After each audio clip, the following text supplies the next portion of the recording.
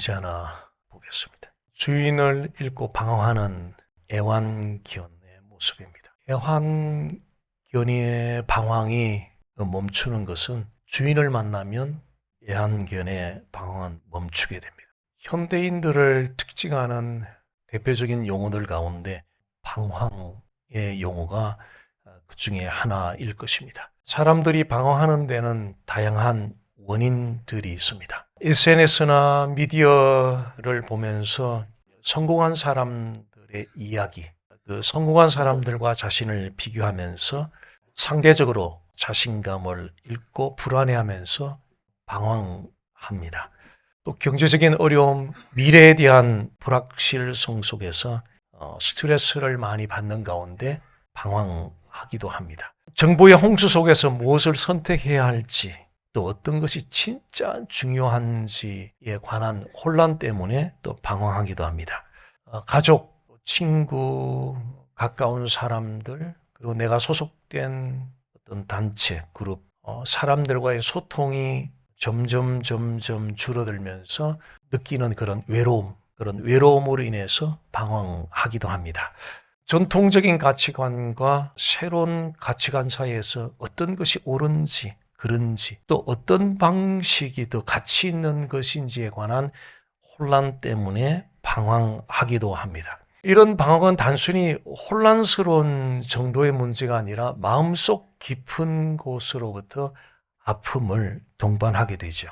자아를 잃어버린 듯한 느낌, 미래에 대한 불확실성, 사회적인 또 주변 환경으로부터의 압박감, 이런 요소들로 인해서 마음속 깊은 곳에서 아픔이 일어나게 됩니다. 이런 방황으로부터 우리가 좀 벗어나기 위해서 다양한 시도를 할 수 있죠. 긍정적인 태도를 가지려고 한다든지, 또 취미 활동을 또 새롭게 가져본다든지, 또 상담가를 찾아간다든지, 다양한 책, 또 다양한 글을 접하기도 합니다. 이런 시도들을 우리가 하고는 있는데 방황이 쉽게 멈춰지지 않는다는, 이렇게도 해보고 저렇게도 해보고 하는데 다른 사람들을 모르는데 나는 알고 있거든. 나는 알고 있어요. 그 방황이 쉽게 멈춰지지 않는다는 거예요. 주인을 잃어버린 애완견이 주인을 만나면 방황이 멈춰지는 것처럼 사람은 누구든지 주인이신 목자를 만나고 그 목자와의 친밀한 관계가 지속이 되면 방황은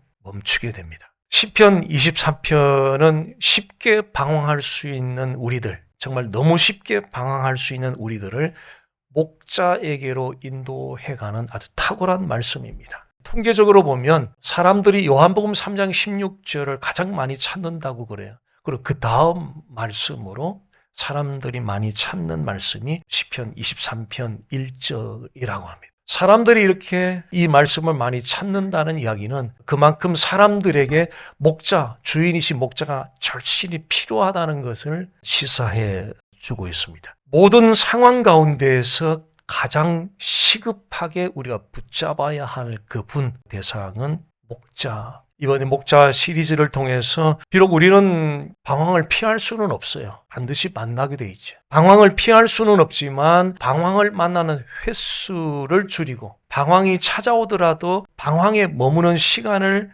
줄일 수는 있습니다. 이렇게 방황하는 횟수와 시간을 줄임으로써 우리 그리스도인으로서 살아가는 삶 자체가 조금 더 견고하고 조금 더 안정된 가운데서 이 여정을 걸어가게 될 때에 우리를 바라보시는 아버지가 굉장히 좋으실 거예요. 굉장히 기뻐하실 거예요. 이러면 목자 시를 통해서 보다 더 견고하고 안정된 하루하루의 삶을 우리가 살아감으로 하나님을 기쁘시게 해드리는 그런 시간이 되시기를 간절히 바랍니다. 먼저 다윗이 고백하고 있는 이 목자가 어떤 분인지 그 정체에 대해서 좀 살펴보도록 하겠습니다. 여호와는 나의 목자시니 내게 부족함이 없으리로다. 다윗이 감격적으로 고백하고 있는 목자는 여호와입니다. 여호와는 구약 성경에서 하나님을 표현할 때 사용하는 두 가지 이름 가운데 하나입니다. 그리고 또 다른 이름은 아도나이입니다. 여호와, 야훼인데요. 이 야훼는 스스로 있는 자, 스스로 존재하는 자라는 그런 뜻입니다. 유대인들은 히브리 성경을 읽으면서 야훼의 이름이 너무 거룩하기 때문에 직접 발음하는 것을 두려워했다 그래요. 그래서 사용하게 되는 용어가 아도나이. 이 아도나이는 나의 주라는 뜻인데요. 야훼라는 이름이 나올 때 너무 거룩한 이름이기 때문에 직접 발음하기가 두려우니까 대신 아도나이라고 발음을 하면서 야훼 이름을 대체해서 유대인들이 부르게 되었습니다. 그러면 이제 여호와, 중세 유럽의 기독교 신학자들이 히브리 성경을 읽으면서 야훼와 아도나이의 모음을 결합한 형태를 그냥 문자 그대로 읽으면서 만들어지게 된 용어가 여호와. 그러니까 다윗이 지금 고백하고 있는 여호와는 야훼 하나님을 가리킵니다. 자, 그렇다면 다윗이 감격적으로 고백하고 있는 야훼, 여호와는 어떤 분인가? 여호와를 설명하는 핵심적인 세 가지 측면이 있는데요. 첫 번째는 여호와의 의미는 스스로 존재하는 자, 즉 어느 누구에게도 영향을 받지 아니하고 영원부터 영원까지 그러니까 스스로 존재하는 자라는 그런 뜻입니다. 두 번째 의미는 언약을 하시고 언약을 성취하시는 분, 언약을 하시고 언약을 성취하시는 분이라는 의미의 여호와. 여기서 나오는 그 하나님의 속성이 faithfulness, 신실함. 여호와는 언약하신 대로 언약을 정확하게 지키시는 분, 성취하시는 분. 거기서 나오는 하나님의 성품이 faithfulness, 신실하신 분. 여호와의 세 번째 측면은 절대 주권을 가진 분으로 모든 상황을 주관하시고 섭리하신다는 의미가 있습니다. 스스로 존재하는 분, 언약하시고 언약을 성취하시는 분, 그리고 절대 주권을 가진 분으로 모든 상황을 주관하고 섭리하시는 여호와. 이 여호와의 이름이 우리에게 주는 미닝이 뭐겠느냐는 거죠. 여호와의 세 가지 측면을 살펴봤는데 그 여호와의 의미가 우리와 연결이 될 때 주는 메시지가 뭐냐는 거죠. 사람은 상황에 따라서 또 사람들의 말을 듣게 되면 영향을 받게 되죠. 그래서 우리의 생각들은 항상 유동적입니다. 유동적이에요. 그런데 하나님은 어떤 상황에도 그 누구의 말에도 도무지 영향을 안 받는 분이에요. 그래서 여호와 이 이름의 의미는 우리에게 100% 신뢰를 주신다. 어떤 상황에도 그 누구의 말에도 영향을 받지 않는 분 여호와. 그래서 그분은 여호와의 이름이 우리에게 주는 메시지는 100% 신뢰하실 만한 분이다. 100% 우리에게 신뢰를 주시는 분이다.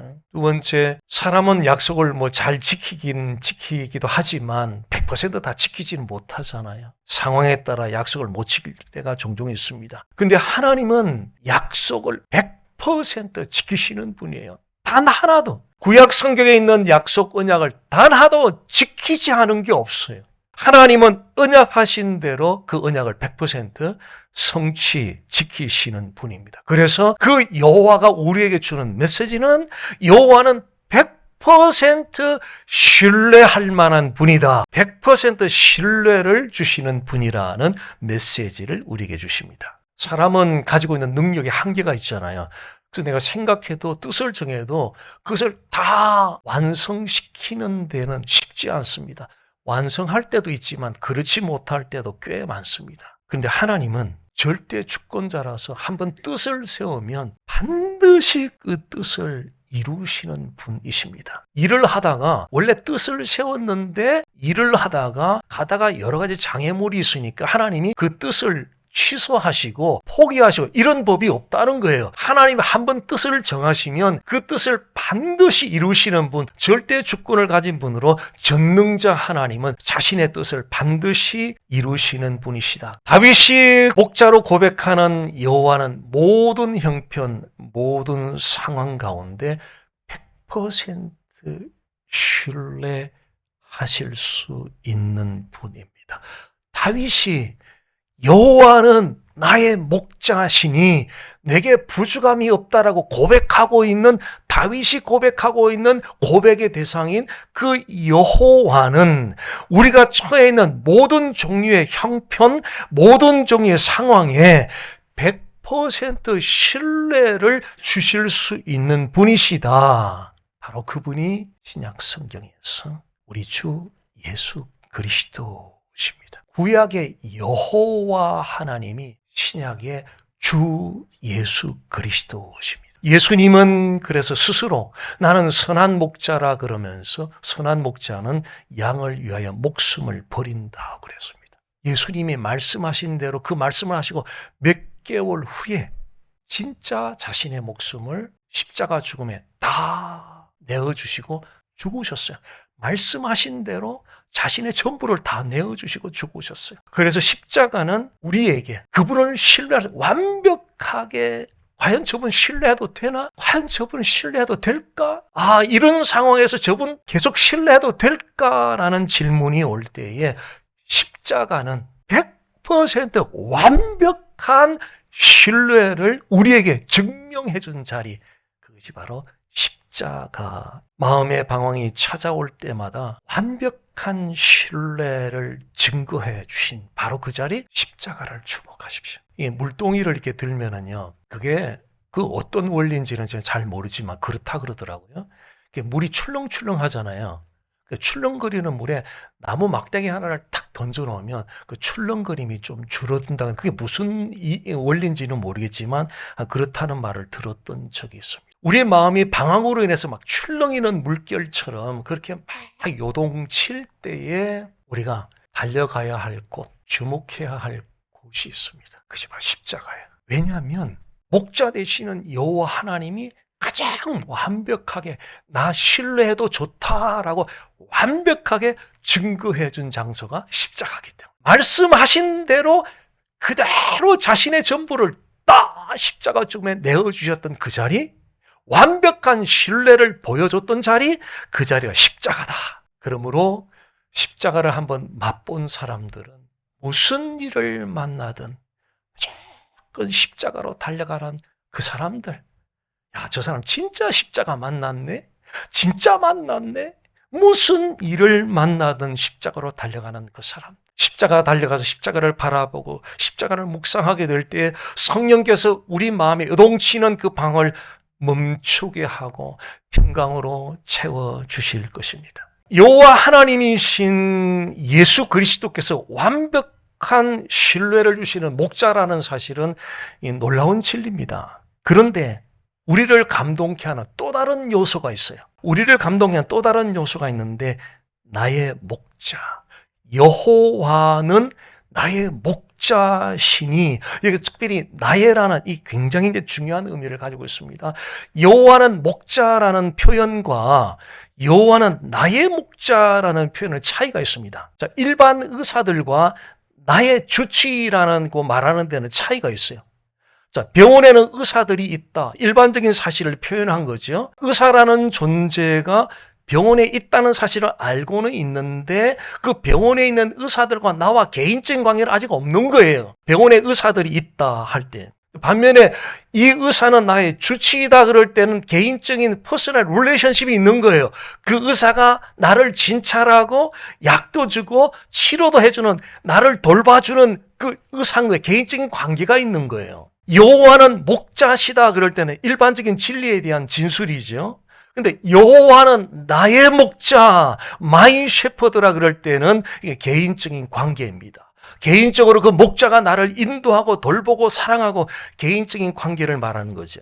여호와는 나의 목자라는 진리를 일반적으로 그분이 목자라는 것을 아는 단계에서 개인적으로 관계가 맺어지는, 개인적인 관계에 맺어지는 고백의 단계로 넘어가게 되면은 우리의 삶에는 분명한 변화가 나타나게 됩니다. 여호와는 나의 목자시니 내게 부족함이 없다는 이 말씀이 막연하게 그분이 목자라는 사실을 일반적으로 알고 있는 것에서 개인적인 관계로 고백하는 단계로 넘어가게 되면은 우리가 만나는 모든 삶의 상황 가운데서 여호와는 나의 목자라는 사실이 실제로 체험이 되는 거예요. 실제로 체험이 되는, 내 목자라는 사실이 실제로 체험이 되는 거예요. 하나님이 나를 인도하고 보호한다는 확신이 들면서 불확실한 상황 속에서도 두려움보다는 우리의 감정은 분명히 접하고 있는 상황 때문에 불안감이 밀려오고 두려움이 밀려오는데 여호와가 나의 목자라는 이 신앙 고백이 이루어질 때는 두려움보다는 그분에 대한 신뢰, 그분이 누군지를 아니까요. 나의 목자이심을 알기 때문에 그분에 신뢰를 두게 되면서 그분이 주는 평안을 누리게 되는 것입니다. It is well with my soul. 내 영혼 괜찮아, 평안해. 내 영혼 괜찮아, 평안해. 그 이유는 여호와는 나의 목자라는 사실, 신뢰를 두면서 하나님이 주시는 그 평안에 압도되다 보니까 본인이 접한 지금 재앙, 불행한 그 상황에도 불구하고 It is well with my soul. 찬양할 수 있는, 사람으로서는 불가능한데 하나님으로서는 가능한 줄 믿습니다. 고난 속에서 목자이신 여호와 하나님이 함께함으로 인해서 불안과 염려가 줄어들게 되죠. 여호와가 나의 목자라는 사실을 믿게 되면은 내 삶이 우연이 아니구나. 여기까지 왔다는 게 우연이 아니구나. 이건 내 노력의 산물이 아니구나. 내 노력의 결과가 아니구나. 철저하게 그분의 은혜구나 하는 것을 확신하게 됩니다. 여호와가 나의 목자가 되어서 나를 돌본다는 사실을 믿게 될 때에 그분이 나의 목자가 되어서 나를 사랑해주고 나를 돌봐주고 나를 이끌어준다는 사실을 체험하게 되고 깨닫게 될 때에 나도 다른 사람들을, 어렵고 힘든 사람들을 사랑하고 섬기고 돌보고 내가 가진 물질로, 내가 가진 건강으로, 하나님이 내게 준 탤런트로 하나님이 나를 그렇게 섬겨주셨던 것처럼, 하나님이 그렇게 나를 사랑해 주셨던 것처럼, 나의 목자로서 사랑해 주시고 섬겨주셨던 것처럼 이걸 진짜 체험하고 나면 나도 그분에게 보답할 수 있는 길, 나도 어려운 사람들을 사랑하고 섬기겠다는 거룩한 소망이 생기게 됩니다. 여호와가 나의 목자라는 진리가 개인적인 고백이 되어서 실제로 이 체험하는 게 참 중요하네. 이런 이야기를 좀 듣고 싶은 거죠. 정말 성령이 주는 맛본 이야기를 듣고 싶은 거죠. 그게 실제가 되는 거예요. 진리가 실제가 되는 그 은혜를 나누고 싶은 거죠. 그러기 위해서 우리는 자주 반복하십시오. 읊조리십시오. 그냥 막연하게 중얼거리는 게 아니에요. 그 소리가, 성경 자체가 하나님의 소리가 담긴 말씀이잖아요. 브리딩, 그분의 호흡이 담긴, 숨결이 담긴 말씀이잖아요. 비록 내 목소리지만 내가 읊조릴 때 그 목소리를 통해서 말씀이 내 귀로 들리고 귀를 통해서 성령이 내 가슴에 심어주게 될 때에 그 하나님을 맛보게 되는 거예요. 하나님을 경험하게 되고 체험하게 되는 거예요. 그래서 여호와가 나의 목자라는 진리를 개인적인 고백으로 체험하기 위해서 너무나 단순하잖아요. 운전해가면서 여호와는 나의 목자시니, 여호와는 나의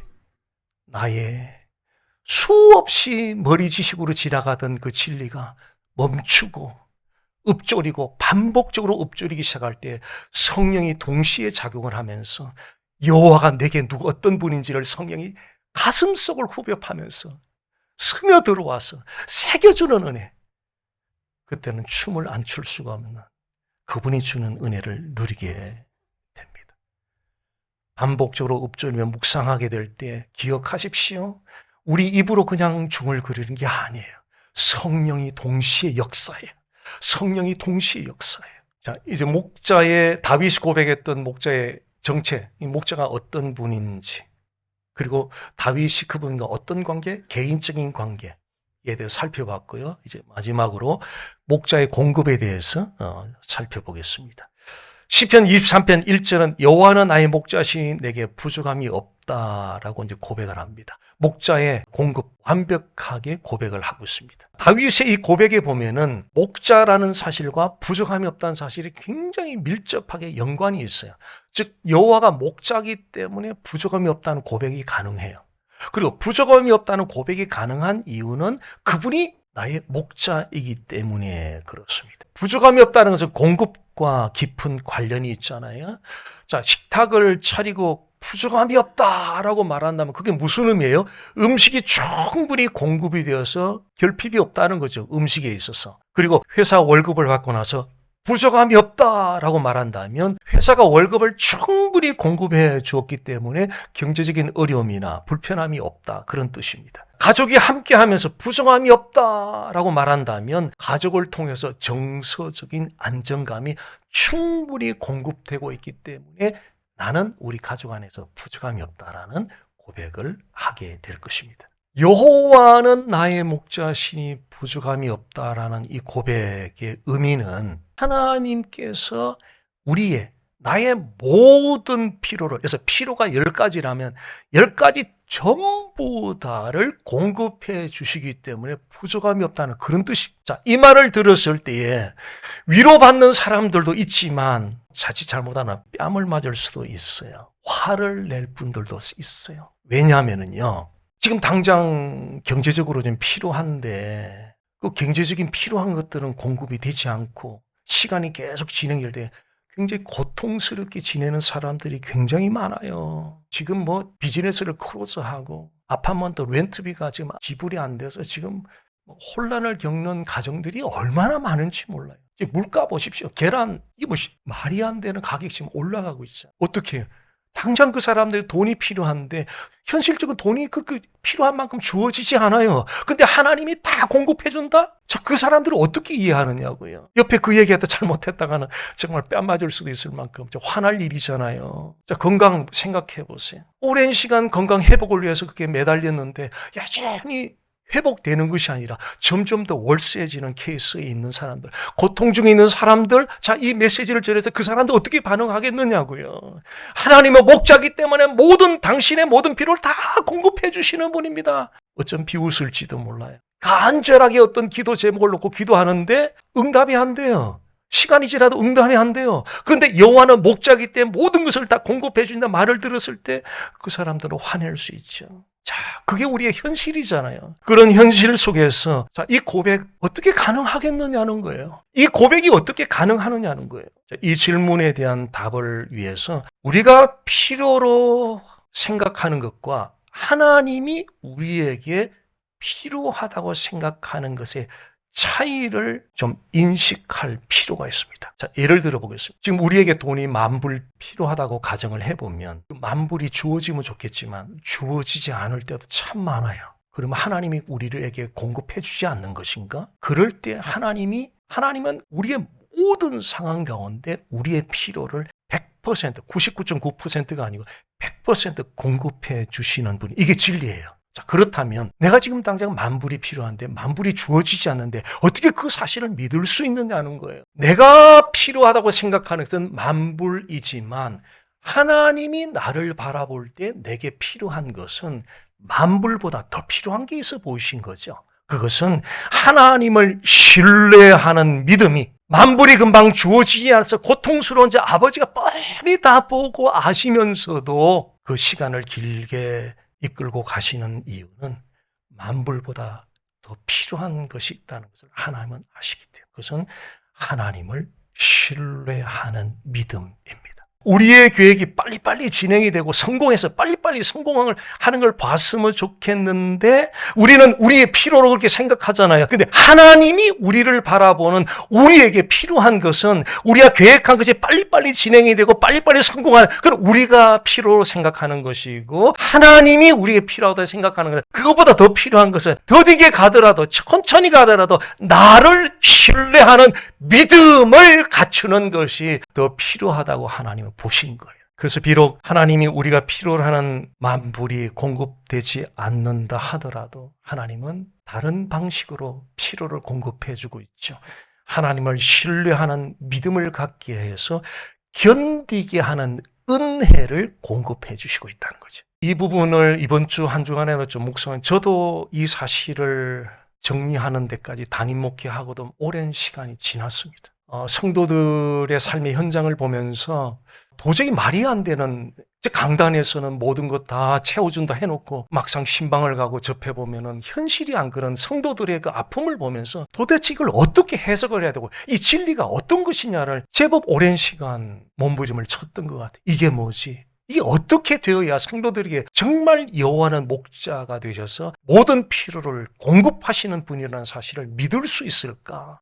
저 스스로 몸부림을 맞춰서 해결이 안 돼서 저도요. 성령께서 인도해 주신 걸음이 바로 이 걸음이었습니다. 현실에 내가 필요한 것은 공급이 안 됐지만 하나님이 필요하다고 생각하신 것은 공급이 되고 있는 시간. 그것은 신뢰하는 믿음을 갖게 해서 견디게 하는 은혜를 캐시는 공급이 안 되지만 견디게 하는 은혜를 공급해 주심으로 여호와는 목자시니 내게 부족함이 없다는 고백을 하게 되는 것입니다. 자, 같은 맥락의 고백을 신약의 한 인물로부터 좀 들을 수 있습니다. 빌립보서 4장 13절입니다. 내게 능력 주시는 자 안에서 내가 모든 것을 할 수 있느니라. 자, 이 편지를 쓰는 사도 바울이 처한 환경은 감옥 안입니다. 감옥 안에서는 육체적으로, 정신적으로, 환경적으로 굉장히 어려운 열악한 그런 상황입니다. 그런 상황에서 사도 바울에게 현실적으로 가장 필요한 것은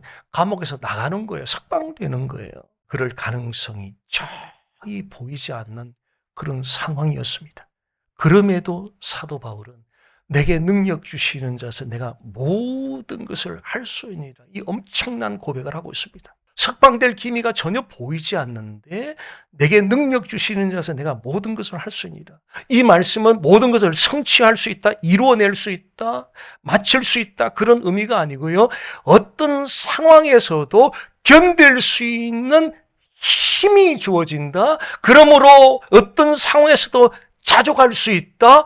견딜 수 있다. 그 고백을 하고 있는 거예요. 내게 능력 주시는 자 안에서 내가 모든 것을 할 수 있다는 것은 감옥 안의 상황에서 내가 모든 것을 할 수 있다는, 그가 뭔가를 이루어내는 것이 아니라 모든 것을 할 수 있다는 것은 그 감옥 안의 열악한 상황 속에서 견딜 수 있는 힘을 공급받아서 그 열악한 감옥 안에서 자족하는 그 은혜를 누릴 수 있다는 그 엄청난 고백을 바울이 했던 것입니다. 사도 바울의 현실적인 필요는 석방입니다. 그런데 하나님은 바울을 즉각적으로 석방시키지 아니하시고 그 감옥 안에서 견딜 수 있는 힘을 제공해 주셨는데, 하나님 보실 때는 사도 바울이 그 감옥 안에 있을 때 석방보다 더 필요했던 것은 그 열악한 감옥 안에서 견디게 하는 그 은혜, 그 힘이 더욱더 바울에게 필요로 했던 것입니다.